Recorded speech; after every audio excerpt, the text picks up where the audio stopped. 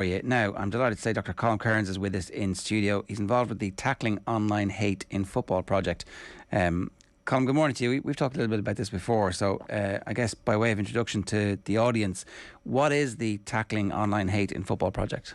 Well, it's a project funded by the Irish Research Council and the UK Arts and Humanities Research Council that combines cutting-edge quantitative data analysis of abuse of footballers online with nuanced qualitative interviews with all of the relevant stakeholders in this issue. So we're talking players, club officials, grassroots anti-hate organisations, tech professionals, policymakers, and so on and so forth. And the idea is to come up with a appropriately multifaceted and nuanced solution to what's a really complex problem, because this is something that's, I mean, you've covered it a lot on this show, and a lot of other elements of the media has, and it's really exploded into mainstream consciousness, I think, in a big way since Euro 2020 and the aftermath of the final with the three lads missing the penalties for England.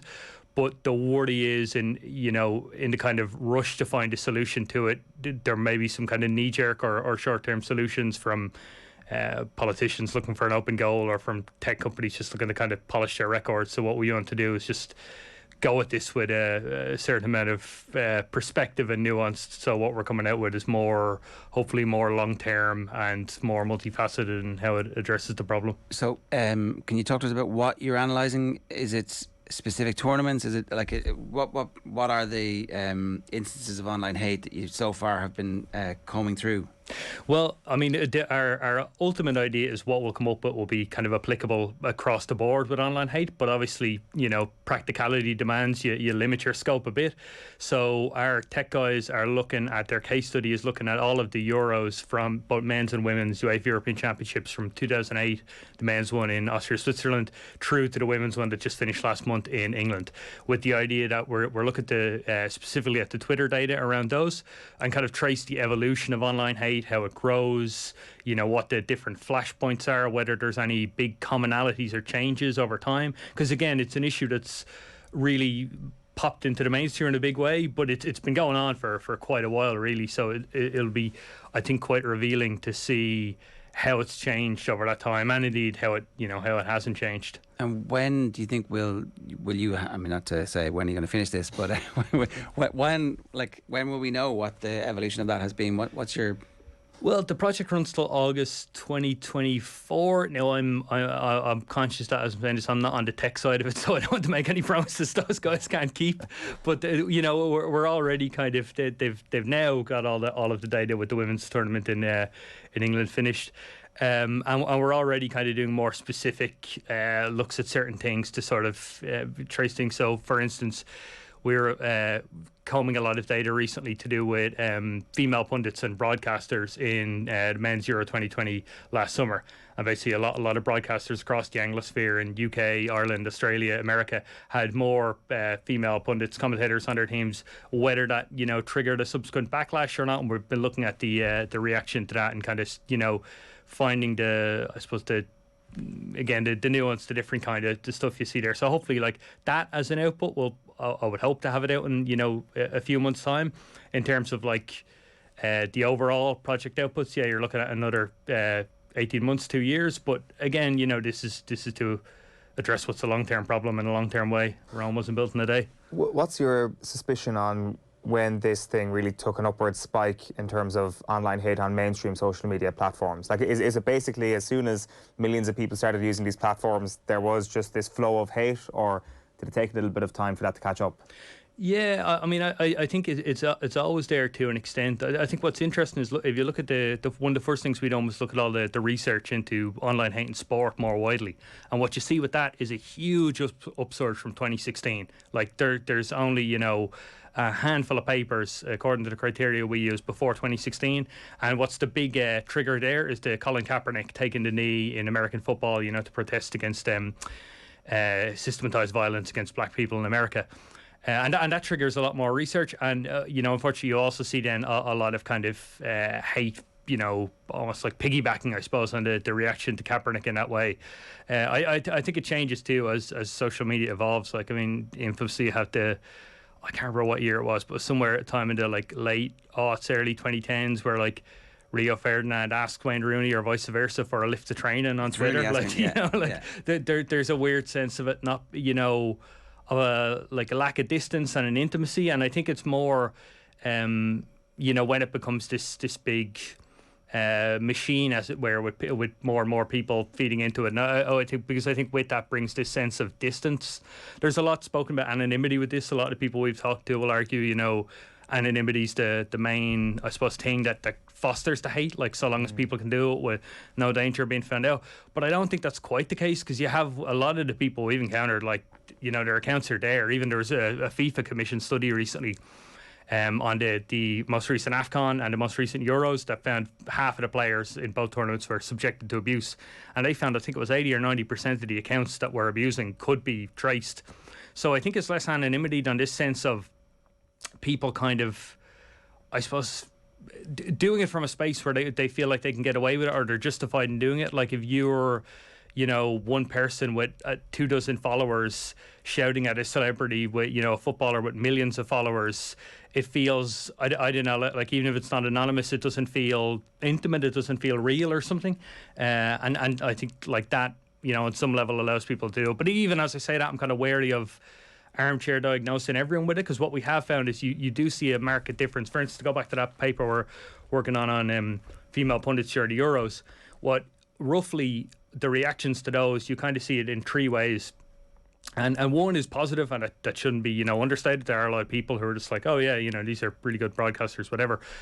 Two is kind of like gendered criticism that's like seemingly, not heated. It's just like whatever rubbish punditry there from Alex Scott.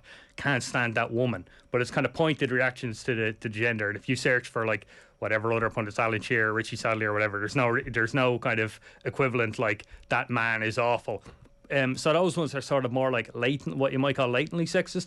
And then you have the very conspiratorial stuff where it's like the only reason these people are on our telly is because of some BBC, RTE, ESPN woke agenda or whatever, and, tied into other kind of hateful conspiracy stuff. So when I'm talking about the kind of mindset of individual abusers, there is definitely a difference there between people who are kind of swept up in the tide of this and it has become normalized in some way, and they mightn't do it in their daily lives, but social media has become a space where they feel it's okay to do it, versus the people who are very much tied into kind of furthering this because of their own, beliefs in that, like, it's wrong for women to be in football or black people to be playing for England or whatever else it might be. Is one other aspect of this as well that has mushroomed in that period of time is that people who previously would have felt, I'm not going to express my hatred here because I'll be the only one doing it, that there's a sense of cover from us doing it.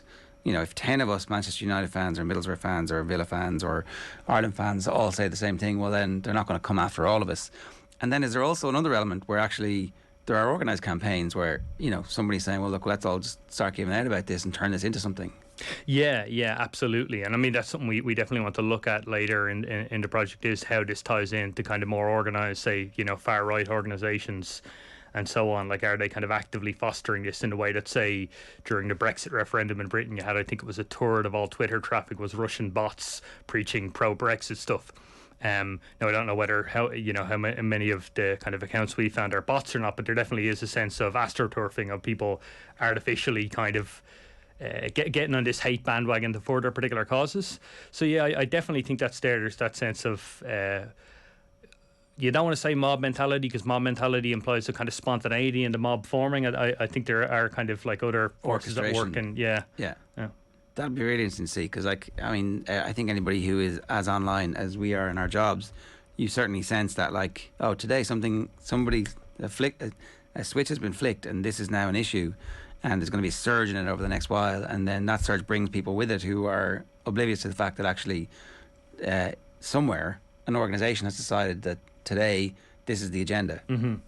Yeah, absolutely. And I mean, certainly in the stuff like I've come through, you see kind of repeated words, or even like, literally repeated tweets or Instagram posts word for word that are obviously being kind of derived from some central source. But also, you sort of see people, I suppose, having their outrage stoked in that way that maybe they're not aware that, they're like the person kind of stoking their outrage isn't someone as legitimately or neutrally invested in this as they are. It's someone with a with a cause behind it. Yeah, these people are being useful idiots by boosting the signal. Lest anybody think this is a Premier League story or an American story, in the Star today they're reporting that a League of Ireland footballer has received death threats in the aftermath of a match on Monday. Cork City striker Lewis Britton highlighted the abuse he was sent on social media after their clash with Waterford. He came off the bench for the First Division leaders, having spent 5 months on loan at the Blues this season.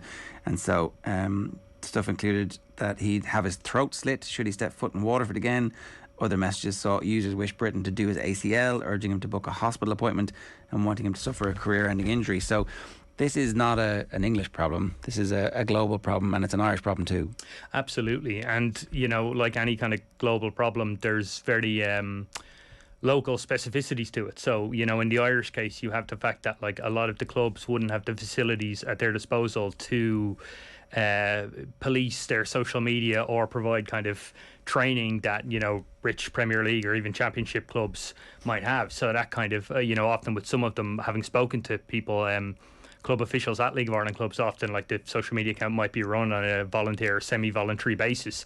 So you do have people swimming against the tide to attempt to stop this. And what's another local factor too with Ireland, I should mention while I'm on it, is you find a lot of the abuse comes from international users, from gambling. So you'll have these, say, people placing massive accumulators in Asia and whatever, like Bows losing to Pats or like, Cork losing to Wexford or something will mess it up for them.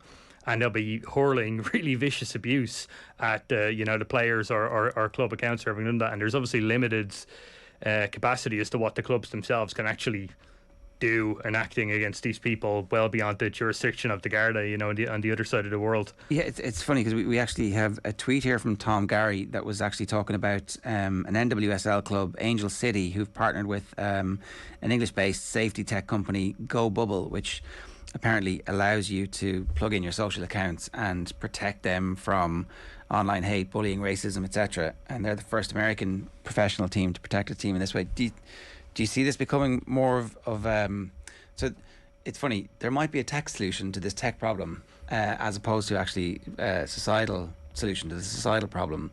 That's the other aspect of all this. The tech companies are probably very interested in this research, going, well, what can we do? How can we stop this? Yeah, and I definitely, it's something we've become aware of as we've gone on. It's this sort of cottage industry and what you might call anti-hate software, and it's, I mean, it cannot be anything but a positive if players aren't being subjected to hate that they wear because of this. But it does have its limits. For one, some of the people we've spoken to within this industry have found that clubs they've offered it to are actually kind of unwilling to take it up, and from what they say, at least, the price is relatively small potatoes when it comes to the budget of a major football club.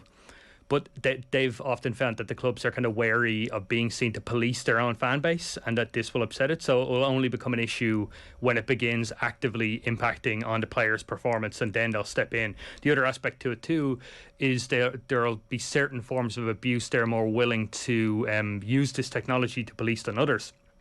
So the tech will kind of flag all of these, comments. Now I should say these there are a lot of different tech platforms doing this, and the service they offer varies from platform to platform. But by and large, it will flag these, like problematic comments as they come in. And what some of them have found is that, say, clubs will be very quick to act on racist comments, say, against black or just any kind of players of colour. But say they won't act on homophobic comments. So, and what we kind of speculate this about is because if you say Marcus Rashford is getting like anti-black racist Twitter comments at him or Instagram comments or whatever, they're an attack on him personally. But the thing about this online hate is it serves two functions, particularly in a game as global as football. Like, it attacks the individual targeted, but it also attacks who they wider represent. So if you're attacking Marcus Rashford for being black and playing football, that's essentially like an attack on all black people involved in the game, saying, you shouldn't be involved, or if you are involved, you're going to suffer this racist abuse. So I think if clubs, see it like homophobic abuse against players, and they're thinking, well, he's got a wife and kids at home, so like this is water off a duck's back. Like, maybe it is, maybe it isn't, but it's all that abuse is also serving the function of like to queer people within the game more widely. You're not welcome here. So that's one limitation with it, in that like it puts it at the I suppose the impetus for solving this problem solely in the clubs, who particularly, this isn't so much in the case with League of Ireland clubs, but particularly with, say, like Premier League, Serie A clubs, you know, they're owned by like billionaires in like from completely other countries who may have really no interest in what we might call like the social good of a football club and kind of, you know, fostering a better atmosphere within a particular community. The other thing too is that like it doesn't actually stamp out the problem at its heart. It, you know, it kind of stops it from getting to source, as it were, from getting to the target. But you know, some of these platforms will give the clients, the clubs, the ability to report the abusing users to Twitter, to Instagram, whatever. But not necessarily all of them will. The other thing I would say too, and I'm conscious that again I'm not the tech expert in this project, but what we have come across so far is that you get a lot of false positives with tech-based moderation. For one, a lot of research done so far is mainly on like text-based stuff, so you know, particular hate terms and so on. But obviously emojis and images can be used in a particular way to convey hate, and they can be used in a way that it would be very hard to pick up on. So say like something as innocuous as like, you know, like the vomiting emoji or something, right? Like Jer sends Owen a picture of like, you know, him and his wife on their like anniversary or whatever. He sends the vomiting emoji, just a bit of banter, like get a room, grand. You know, someone puts up an article about like a player coming out as gay or something, and they attach the vomiting emoji. That's clearly like a, you know, this is sick, whatever. Yeah. But you can't really build a technology that combs for an emoji as innocuous as that. Equally too, I mean, even in the text-based stuff, you have a lot of false positives. Like we're doing another paper on kind of this main sponsor brands of Euro 2020 and how they reacted to particular homophobic incidents during the tournament. You remember with the German FA wanting to light the Allianz Stadium in rainbow colours and UEFA not letting them and so on. So we were doing this, you know, combing our data set for, you know, particular like homophobic hate terms. We got a load of false positives for like Scottish striker Lyndon Dykes, you know. Now that's like laughable, like, you know, just mistaking it, but it's just to underline how these purely tech-based thing, there is, at least in my experience, there is a limit to them. And as good as it is that there are services out there that will protect people from this, I think it would be a worry if particularly the major tech platforms themselves rush to this as, okay, grand. Well, of course they will, because it gets them off the hook. That's the point of all this, is that it allows Twitter and Instagram and whoever else to monetize the hate, because they continue to drive traffic off the hate. And that we found, like, eventually Twitter got rid of Trump from their platform, but they made millions and millions and millions and millions, like, of having him there in the first place. So the responsibility that they bear, it's going to be very interesting to see how much of that comes out over the course of the project. What's interesting with that is people who've spoken to in say the FAI and in anti-hate organisations in Ireland, I've asked them about their experience of speaking to the tech platforms, because so many of them are based here, you know, their European headquarters, and whether when it comes to kind of charging them with, like, you know, doing something about the problem of hate in football, whether the tech platforms themselves cite practical barriers, like, you know, this is just like the volume of traffic on Twitter and Instagram, on Facebook, on, you know, so on TikTok, whatever, it's just so much we can't police it, or whether they cite it on ideological grounds of, well, we know it's a problem, but we are so committed to free speech that, it, you know, we can't, we won't allow ourselves to step in. And they said, the people from the FAI and from anti-hate organisations said it's very much like their experience has been tech platforms will cite ideological reasons, they'll cite their commitment to free speech. Now, possibly they might say there are also practical barriers, but I do find it interesting that, like, when asked about the problem, their response to it is to kind of double down on this idea of free speech, which is a very important right. But, like, you know, you have an issue here where it's a right that is clashing with someone's right to be protected from abuse and their right to kind of, you know, follow or participate in the sport they love without being hounded for it. Yeah, it's pretty horrific.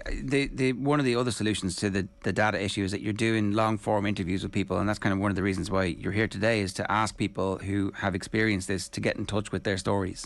Yeah, absolutely. As I said, what we really want to get is kind of across the board nuanced look at this as possible. So like anyone who's experienced or observed online hate in football in the UK, Ireland, anywhere else, we'd love for them to get in touch with us. You can find us on Twitter, TOEF Now, Instagram, TOEF Now. Again, I'm aware of the irony of a project against online hate, but like this is the sea in which you got to swim. You can also email us at info@toef.com. That's TOHIF. And on the website toef.com, on the contact section, there's a text box that people can just write in their experiences with this issue, because we're just fascinated to see. No doubt there's the volume of it, of so much of it suggests that like there is going to be so much going on that we don't know, and we're always wary of leaning or depending on one particular stakeholder's experience of this more than another. So like anyone who's got an observation or an experience of this problem is interesting and valuable to us. So yeah, please do get in touch. That acronym is Tackling Online Hate in Football, TOHIF. Yeah. Okay. And so we'll share all the details on our socials as well. It's really fascinating stuff, and it's important work, and it's great to know that it's being done in Ireland as well as in the UK. So Colm, we're very grateful to you for coming in this morning and sharing that with us. Well, thanks so much for having me. I really appreciate it, lads.